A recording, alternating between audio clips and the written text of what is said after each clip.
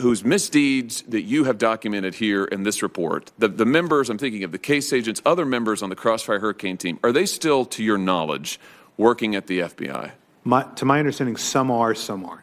And why are those who are, why are they still there? What's your understanding? I think you'd have to ask Director Wray. And indeed, I think we should. What about the case agent who directly misled the DOJ intelligence attorney, Office of Intelligence Attorney, about Carter Page's relationship with other intelligence agencies in our government, who directly misled the OI about that? Is that person, to your knowledge, still at the FBI? To my knowledge, that person is still there. And is still actively working, maybe is still acting as a case agent, I think to your knowledge? Have to ask. What about procedures at the FBI? To your knowledge, what procedures have been changed at the FBI to date to prevent something like this from happening? I think all that I'm aware of is what's in Director Wray's letter that's attached here. But certainly there are far more reforms and changes that are needed to address all of our recommendations. That's a good beginning, but there's a lot more to be done.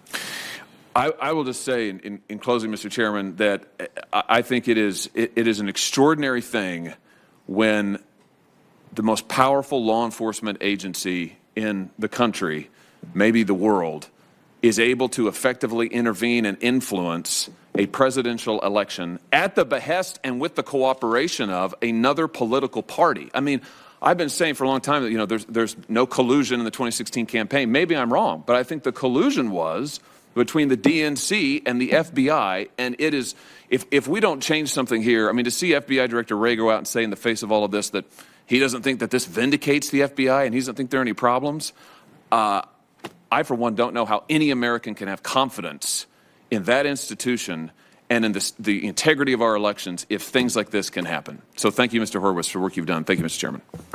Senator Blumenthal. Thanks, Mr. Chairman. Thank you for being here, Mr. Horowitz. And again, thank you to you and your team for your work. Do you agree that the FBI meddled in the 2016 election?